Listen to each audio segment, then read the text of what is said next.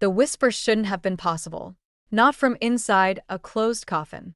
Yet there it was again, faint but unmistakable, cutting through the funeral home's artificial silence. I stood frozen, my hand clutching the rosary I'd brought to place with my granddaughter. Grammy? Help. My heart stopped. That voice, Ivy's voice. I'd know it anywhere, having heard it countless times asking for bedtime stories or extra cookies. But Ivy was supposed to be dead.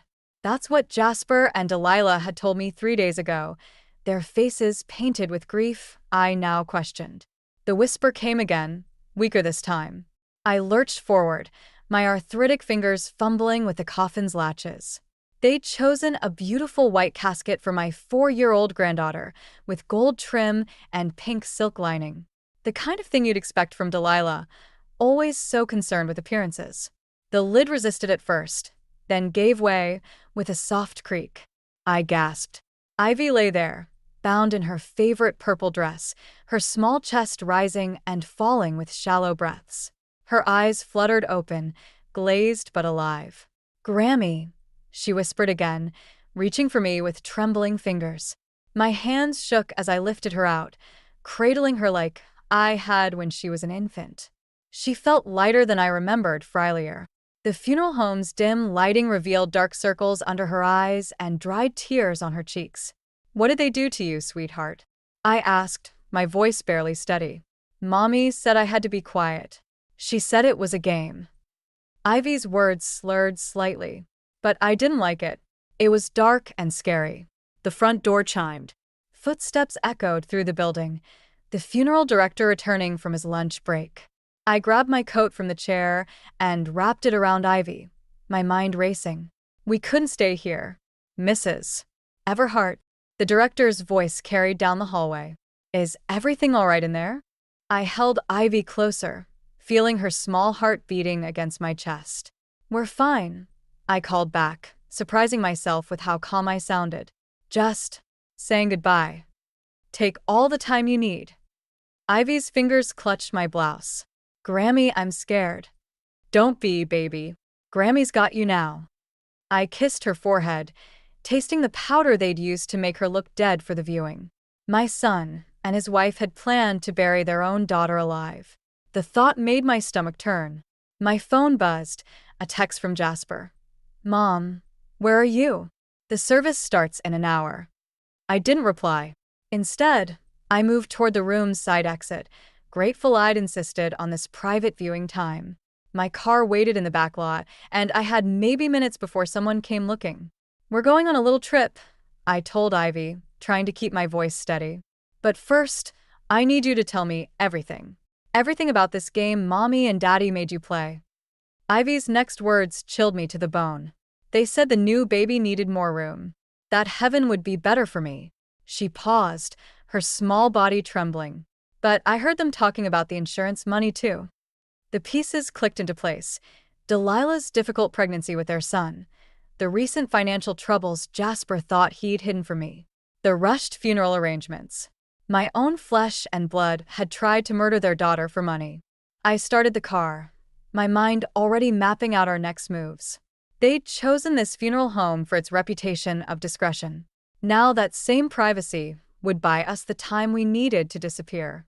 "Rest now, sweetheart," I whispered to Ivy as she drifted off in the back seat. "Grammy's going to make everything right, and God help anyone who tried to stop me." The motel room's flickering light cast shadows across Ivy's sleeping face as my phone buzzed for the 20th time. Jasper's name flashed on the screen again. I silenced it, remembering the last conversation we'd had 3 weeks ago, before all this madness started. "Mom, you need to stop hovering," he'd said, standing in his marble kitchen, adjusting his tie with manicured fingers. "Ivy's fine. Kids get quiet sometimes." "She's not eating, Jasper." She flinches when Delilah comes near her. I'd reached for his arm, but he'd stepped away, like my touch might wrinkle his perfectly pressed suit. "You're imagining things. Delilah's an excellent mother." The memory made my hands shake as I checked Ivy's temperature. The drug they'd given her was wearing off, but she still felt too warm. I'd need to risk getting her to a doctor soon, one who wouldn't ask too many questions. My phone lit up again, this time with a text from Delilah. Please, Viola. We're worried sick. Just tell us where you are. I almost laughed. Worried sick? After what they'd done. A knock at the door made me freeze. Through the thin walls, I heard a familiar voice. Vi? It's Miriam. Let me in. I hesitated, then checked the peephole. Miriam Blake stood there alone, her silver hair disheveled, holding a paper bag from the pharmacy. How did you find us? I asked through the crack in the door. You really think I wouldn't recognize your car at the Blue Pine Motel? I've known you 30 years. She pushed past me, setting the bag down. The whole town's looking for you too. There's talk of kidnapping charges. Kidnapping? My voice cracked. They tried to bury her alive, Miriam. I believe you. She glanced at Ivy, her expression softening. But you need a plan. Jasper's got the police convinced you had some kind of breakdown after Robert died. My late husband's name hit like a punch to the gut. He's using his father's death against me? He's using everything he can. Says you've been unstable, imagining conspiracies. Miriam pulled out children's Tylenol and fresh clothes from her bag. Delilah's playing the devastated mother perfectly. You should see her performance at the hospital with the new baby. The baby. In all this chaos, I'd almost forgotten about my newborn grandson. How is he? Healthy. They named him Finn. Miriam paused. Vi, they're painting you as the villain. You need proof of what they did. Ivy stirred, whimpering in her sleep. I smoothed her hair, noting the slight bruise on her temple where they must have struck her. Would pictures be enough? Maybe, but you'll need more. Miriam's eyes narrowed. What about the funeral home? There must be paperwork, something showing they knew she was alive. The director seemed clueless. But I remembered something. Delilah insisted on handling all the arrangements herself. Said she had a special understanding with them. That's worth looking into. Miriam checked her watch. I should go before someone notices my car. But Vi. She gripped my hand. Whatever you do, don't trust anyone else. Not even people who seem sympathetic. Money talks in this town, and Jasper's got plenty of it. After she left, I sat watching Ivy sleep, my mind racing. The bruise on her temple told one story, but we'd need more. Something concrete that would force Jasper and Delilah to face justice. My phone buzzed one final time. A text from an unknown number. Mrs. Everhart, this is Thomas from Peaceful Rest Funeral Home.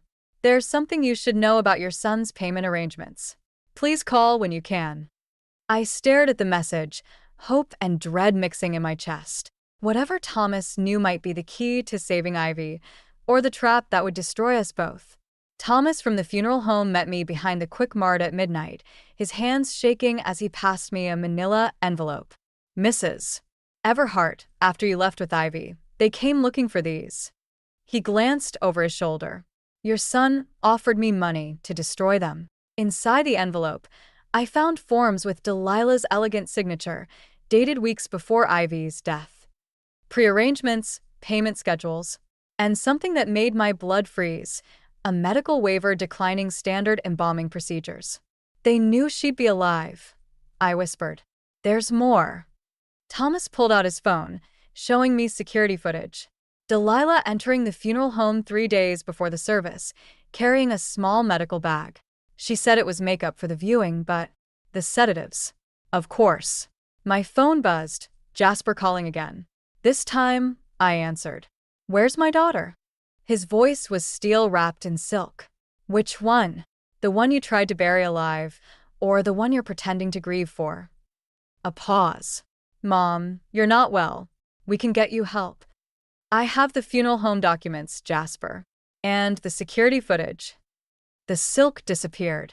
If you go public with this, you'll destroy everything. The business, our reputation. You tried to murder my granddaughter. It wasn't like that. His voice cracked slightly. We were desperate. The company's failing. The new baby's medical bills. Delilah's father threatened to cut her off unless we produced a male heir. The insurance money would have solved everything. I thought of Robert, how proud he'd been of our son. Your father would be ashamed. Don't you dare bring him into this. Jasper's composure slipped further. You have no idea what it's like, trying to keep everything together. Delilah's family, the social obligations, the expectations. So, you decided Ivy was expendable? Another pause. Where are you? Somewhere safe. And I'm going to make sure everyone knows what you did. Think carefully, Mom. His voice turned cold again. Who will believe you? The grieving grandmother, traumatized by her husband's death, kidnapping her supposedly dead granddaughter? I have friends in the police department, in the DA's office. Delilah's father owns half the judges in the state. Behind me, Thomas cleared his throat. Mrs. Everhart, there's something else you should see. He handed me another document, a life insurance policy on Ivy, taken out just months after her birth.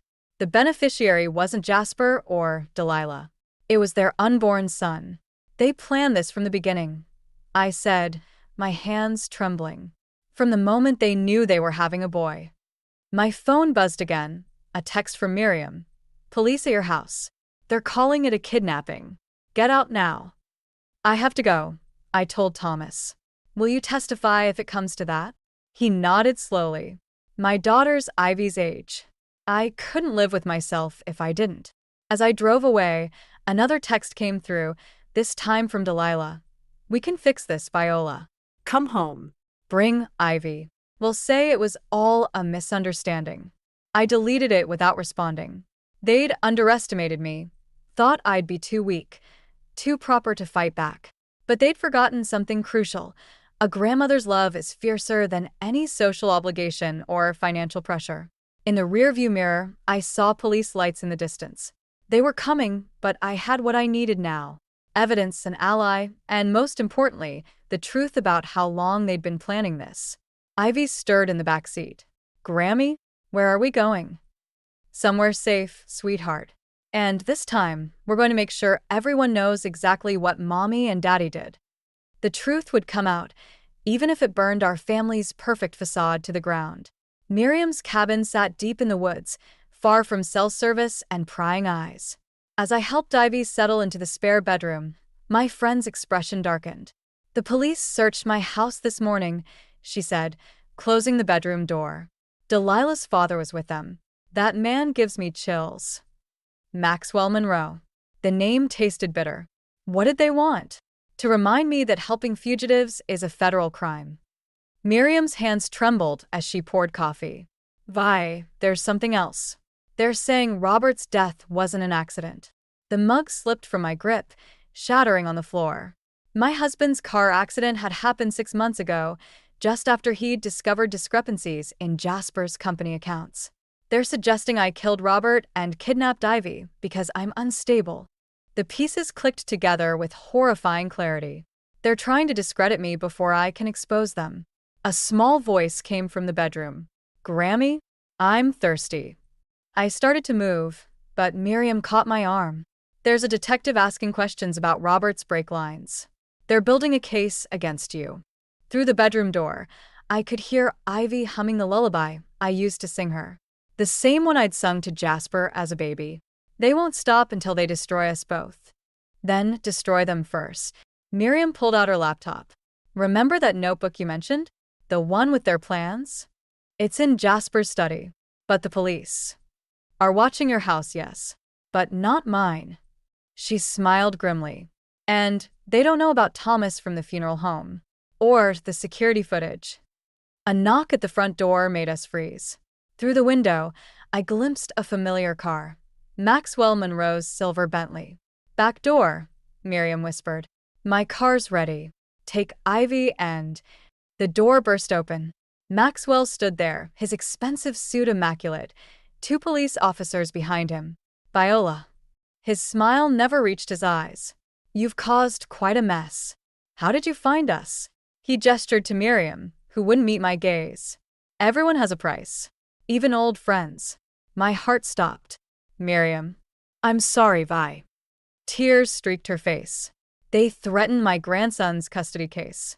I had no choice. Maxwell stepped closer. Where are the funeral home documents? Safe. I backed toward Ivy's room. Like the evidence about Robert's brake lines? His smile faltered slightly. Careful, Viola. Grief can make people imagine terrible things. Grammy? Ivy appeared in the doorway, clutching her stuffed rabbit. I don't feel good. The room spun as I noticed the empty medicine cup by Miriam's coffee pot. What did you give her? Just something to help her sleep, Miriam whispered. They promised they wouldn't hurt her. I caught Ivy as she stumbled, her small body burning with fever. Maxwell watched with cold calculation. You can't fight this, Viola. The police, the courts, they'll believe what we tell them. But there's another way. He pulled out his phone. Sign custody of both children over to Jasper and Delilah. Admit to your breakdown. We'll ensure you get treatment instead of prison. Ivy grew heavier in my arms, her breathing shallow. Whatever they'd given her was more than a sleeping pill. She needs a doctor, I pleaded. Sign the papers first. In that moment, I saw what I'd been missing. This wasn't just about money or social standing. This was about power, the power to break people, to make them bend. I thought of Robert, of his final phone call about the company's books, of Jasper's desperate ambition and Delilah's perfect facade. I'll sign, I said, watching Maxwell's triumphant smile. But first, let me tell you about the evidence I mailed to the FBI this morning. The smile vanished. Behind him, one of the officers shifted uncomfortably, and I realized the game wasn't over yet. It was just beginning. The emergency room's fluorescent lights cast harsh shadows as doctors worked on Ivy. I sat in the waiting room, Maxwell's words echoing in my head. The FBI won't find anything, but they might find Robert's real killer. Officer Sarachin approached, her badge glinting. She'd been one of the officers at Miriam's cabin, but something in her expression had changed. Mrs. Everhart. She sat beside me, keeping her voice low. I pulled the brake line report from your husband's accident. The cut was professional, not random. I gripped the armrest.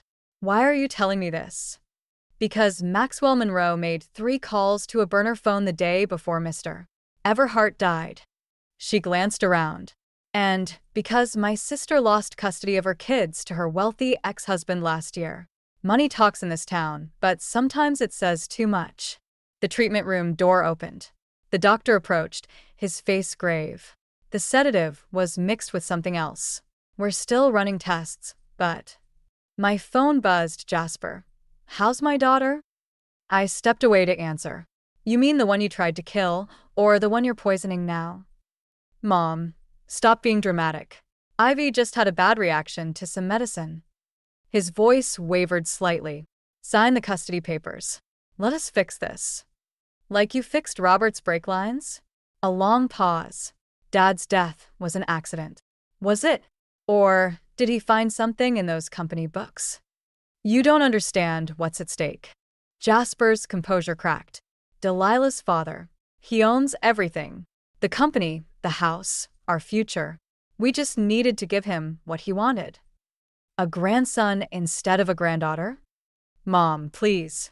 He's watching the hospital. If you don't sign those papers. The line went dead. Officer Chin appeared beside me, her expression urgent.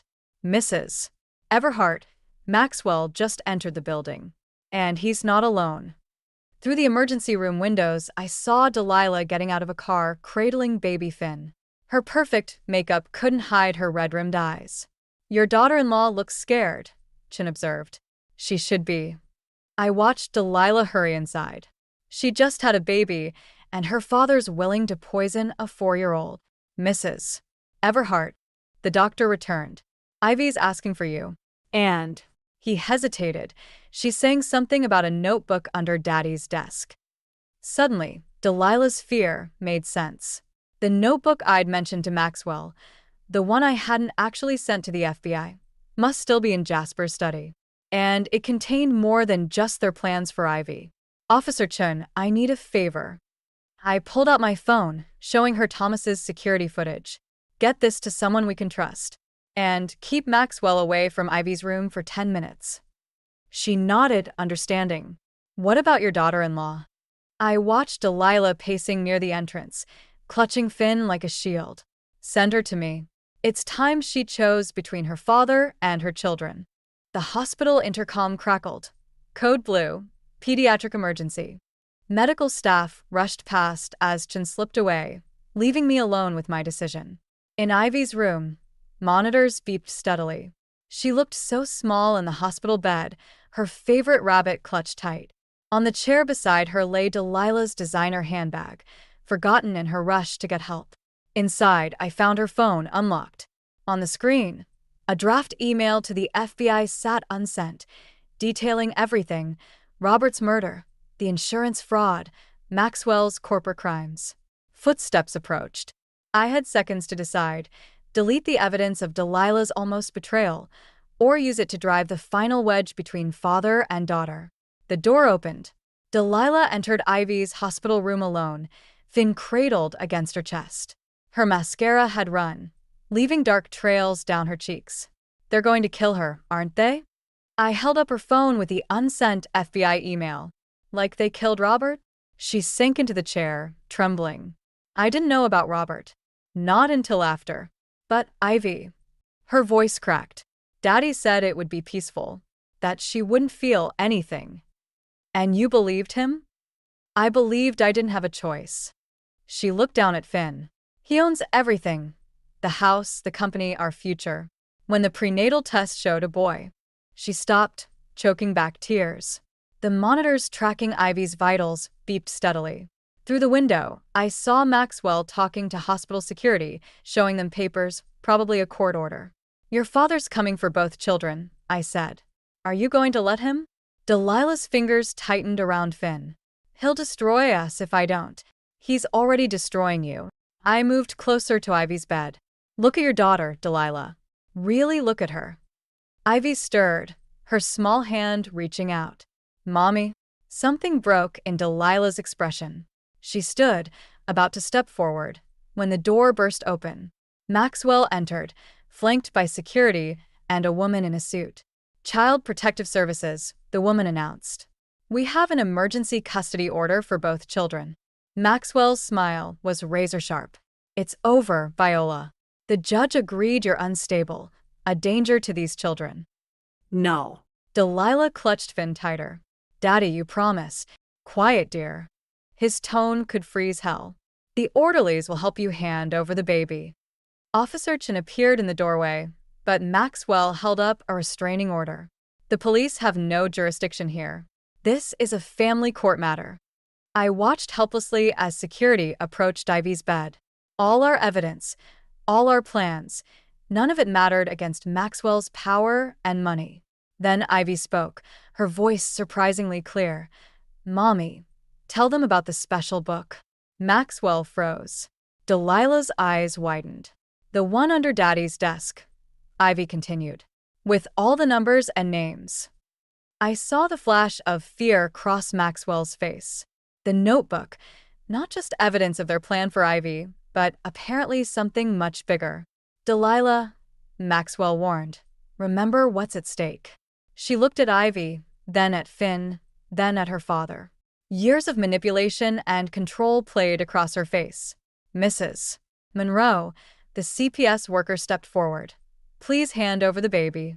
Delilah stood, walking toward her father. For a moment, I thought she'd surrendered. Then she turned to Officer Chen. I want to make a statement, she said, her voice shaking but firm. About Robert Everhart's murder. About the notebook. About everything. Maxwell lunged for her, but security grabbed him instead of us. In the chaos, I saw his mask finally crack, revealing the monster beneath. You ungrateful little. He stopped, composing himself. Fine. Tell them. But remember, that notebook implicates Jasper too. Are you ready to send your husband to prison? The room fell silent except for the steady beep of Ivy's monitors. Delilah looked at me, tears streaming down her face. I'm sorry, she whispered. And then she handed Finn to Maxwell. The CPS worker moved toward Ivy's bed as Delilah fled the room, her sobs echoing down the hall. Maxwell's triumph was complete. I had failed. Failed Robert, failed Ivy, failed everyone. As they prepared to take my grandchildren, I realized this wasn't about justice anymore. It wasn't even about revenge. It was about survival. And sometimes, to survive, you have to be willing to burn everything down. I reached for my phone, my fingers hovering over a number I'd sworn never to call. Robert's brother. The FBI agent we'd cut ties with years ago over a family feud. Sometimes the devil you know is better than the one wearing your father-in-law's face. FBI agent Marcus Everhart arrived as Maxwell was loading Finn into his car. My brother-in-law hadn't aged well. Grief had carved deep lines around his eyes since Robert's funeral. That's far enough, Monroe.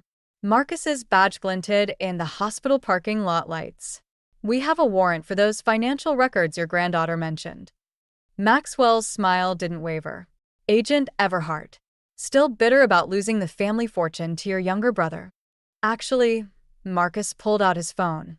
I'm bitter about this. He played an audio file, Jasper's voice trembling. Dad found the offshore accounts. Maxwell said he'd handle it. The baby carrier slipped from Maxwell's grip. Officer Chen caught it before it hit the ground, whisking Finn to safety. Where did you get that? Maxwell's composure cracked. From me. Jasper emerged from the shadows, looking older than his years. I recorded everything after Dad died. I just couldn't face what I'd done. I stepped forward. You knew? All this time? I thought I could protect them another way. Jasper wouldn't meet my eyes. Keep playing along until I had enough evidence. But when Delilah suggested the insurance plan for Ivy, you let them try to murder your daughter. I didn't know they'd actually do it. His voice broke. I thought if I stalled long enough, but then I heard Ivy crying in the coffin. Maxwell lunged for his car, but Marcus was faster. As they grappled, something fell from Maxwell's jacket, a syringe, identical to the one that had poisoned Ivy. Evidence, Officer Chen said, bagging it. Plus the notebook your wife just delivered to the station, Mr. Everhart. Quite detailed about both the murder and the financial fraud. Delilah appeared in the hospital doorway, holding Ivy's hand. Our eyes met across the parking lot. No words needed. She'd chosen her children over her father's empire. You ungrateful parasites, Maxwell spat as Marcus cuffed him. I gave you everything. No. Jasper's voice was quiet. You took everything. My father, my daughter, my soul. He turned to me. Mom, I know I don't deserve forgiveness. You're right. I watched Chen load Maxwell into a patrol car. You don't, Grammy? Ivy's small voice cut through the tension. Can we go home now? Home. Not the mansion Maxwell had bought them. Not the perfect facade they'd maintained. Home was my small house by the lake, where Robert and I had raised Jasper, where Ivy had learned to walk. Your father has some explaining to do first, Marcus said, his tone professional despite everything. About Robert's murder, the company fraud, all of it. Jasper nodded, broken but somehow lighter. I'll tell you everything. And then, Delilah asked, still holding Ivy's hand. Then we rebuild, I said, taking Finn from Chen. Not the lies or the pretense. Something real. As police lights painted the night red and blue, I held my grandson close, watching my son being led away in handcuffs. Justice had come at a terrible price, one generation's sins cascading into the next. Mom, Jasper called back. The night Dad died, he said something. He said you were right about Maxwell all along. That's why he was coming to tell you about the accounts. The last piece clicked into place. Robert had been driving to my house that night, choosing truth over money, family over facade. Like father, like son, just too late to prevent the damage. Ivy tugged my sleeve.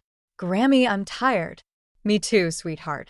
I gathered my grandchildren close, feeling the weight of victory and loss. Let's go home. Behind us, Maxwell's empire crumbled into handcuffs and evidence bags, while ahead, the long road of healing beckoned. 6 months later, I sat on my lakeside porch, watching Ivy teach Finn to blow bubbles. The autumn leaves painted the water gold and crimson, like nature's way of turning the page. The newspaper on my lap carried Maxwell Monroe's sentencing, 25 years for Robert's murder, fraud, and attempted murder of Ivy. His empire had crumbled, taking down corrupt judges and officials with it. Officer Chun had been promoted for her role in the investigation. More bubbles, Grammy. Ivy called, her laughter carrying across the yard. The nightmares had mostly stopped now, though she still slept with her door open. Delilah appeared from inside, carrying coffee. She'd moved into the guest house after selling the mansion, using the money to start a foundation for children of domestic abuse. Jasper's hearing is tomorrow, she said quietly. I nodded. My son had pleaded guilty to lesser charges in exchange for his testimony against Maxwell. The prosecutor had recommended leniency, citing his eventual cooperation and the years of manipulation he'd endured. Will you go? Delilah asked. I don't know. I watched Finn wobble on unsteady legs, reaching for his sister's bubbles. Sometimes forgiveness feels like betrayal. Mom? Jasper's voice startled me. He stood at the garden gate, thinner than I remembered, wearing an ankle monitor. Part of his pre-sentencing arrangement. The restraining order, I started, is still in effect, I know. He stayed outside the gate. I found something in Dad's old files. Something you should have. He placed an envelope on the fence post. Delilah retrieved it, her hands trembling slightly as she passed it to me. Inside was a letter, dated the day Robert died. My husband's familiar handwriting filled the page. Vi, you were right about Maxwell. About everything. I'm coming home to tell you the truth. To make things right. To save our son from what he's becoming. He never made it home, Jasper said softly. Because I told Maxwell he was coming. Ivy looked up at her father's voice. For a moment, she seemed torn between running to him and staying with Finn. She chose her brother, wrapping protective arms around him. I don't expect forgiveness, Jasper continued. But they deserve to know their father tried to do the right thing, in the end, like you did. The autumn wind stirred Robert's letter. I thought of all the choices that had led us here, the ones made from fear, from love, from desperate need for approval. Grammy, Ivy called again. Finn's getting sleepy. Go, I told Jasper.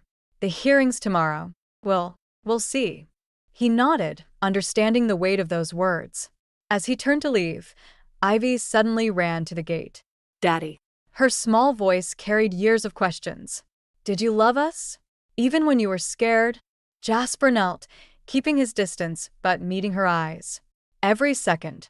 I just forgot how to show it, like Grandpa forgot sometimes.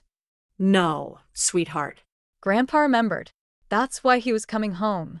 I gathered Finn from the grass, feeling Robert's presence in the way the baby gripped my finger, in Ivy's quiet strength, in the painful hope of redemption.